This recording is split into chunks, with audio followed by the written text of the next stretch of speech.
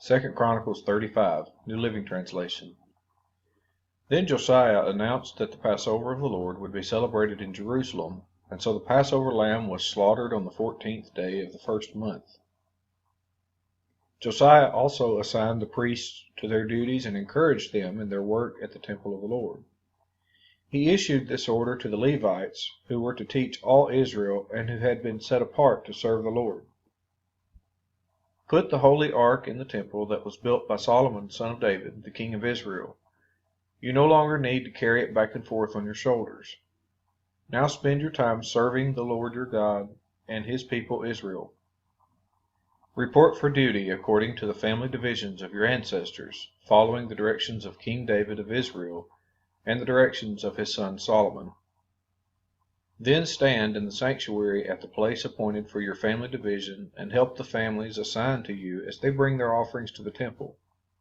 Slaughter the Passover lambs, purify yourselves, and prepare to help those who come. Follow all the directions that the Lord gave through Moses.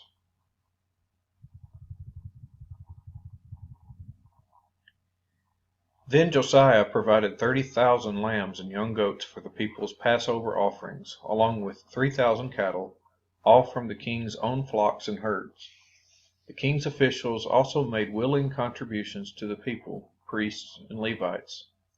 Hilkiah, Zechariah, and Jael, the administrators of God's temple, gave the priests 2,600 lambs and young goats, and 300 cattle as Passover offerings.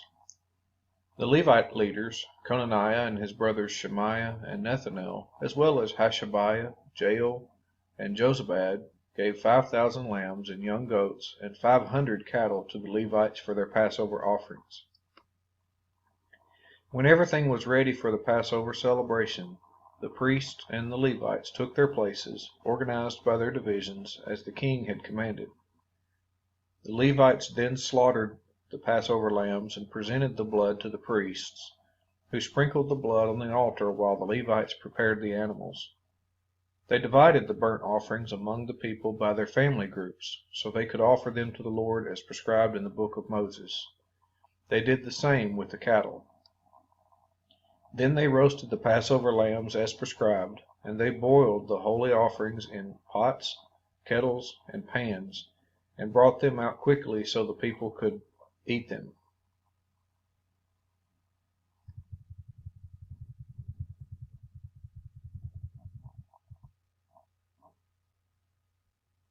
Afterward, the Levites prepared Passover offerings for themselves and for the priests, the descendants of Aaron, because the priests had been busy from morning till night offering the burnt offerings and the fat portions. The Levites took responsibility for all these preparations. The musicians, descendants of Asaph, were in their assigned places, following the commands that had been given by David, Asaph, Heman, and Jeduthun, the king's seer. The gatekeepers guarded the gates and did not need to leave their posts of duty, for their Passover offerings were prepared for them by their fellow Levites. The entire ceremony for the Lord's Passover was completed that day. All the burnt offerings were sacrificed on the altar of the Lord, as King Josiah had commanded.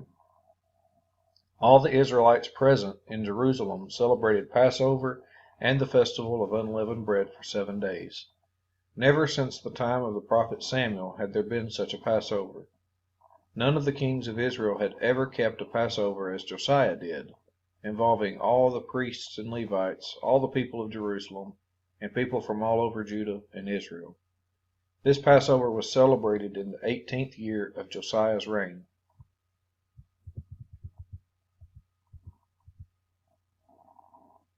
After Josiah had finished restoring the temple, King Necho of Egypt led his army up from Egypt to do battle at Carchemish on the Euphrates River, and Josiah and his army marched out to fight him. But King Necho sent messengers to Josiah with this message: "What do you want with me, King of Judah? I have no quarrel with you today. I am on my way to fight another nation, and God has told me to hurry. Do not interfere with God, who is with me, or he will destroy you." But Josiah refused to listen to Necho, to whom God had indeed spoken, and he would not turn back. Instead, he disguised himself and led his army into battle on the plain of Megiddo. But the enemy archers hit King Josiah with their arrows and wounded him. He cried out to his men, "Take me from the battle, for I am badly wounded." So they lifted Josiah out of his chariot and placed him in another chariot. Then they brought him back to Jerusalem, where he died. He was buried there in the royal cemetery, and all Judah and Jerusalem mourned for him.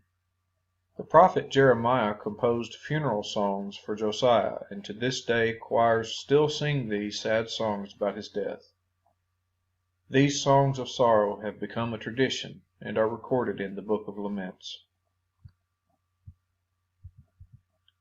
The rest of the events of Josiah's reign and his acts of devotion carried out according to what was written in the law of the Lord, from beginning to end, all are recorded in the book of the kings of Israel and Judah.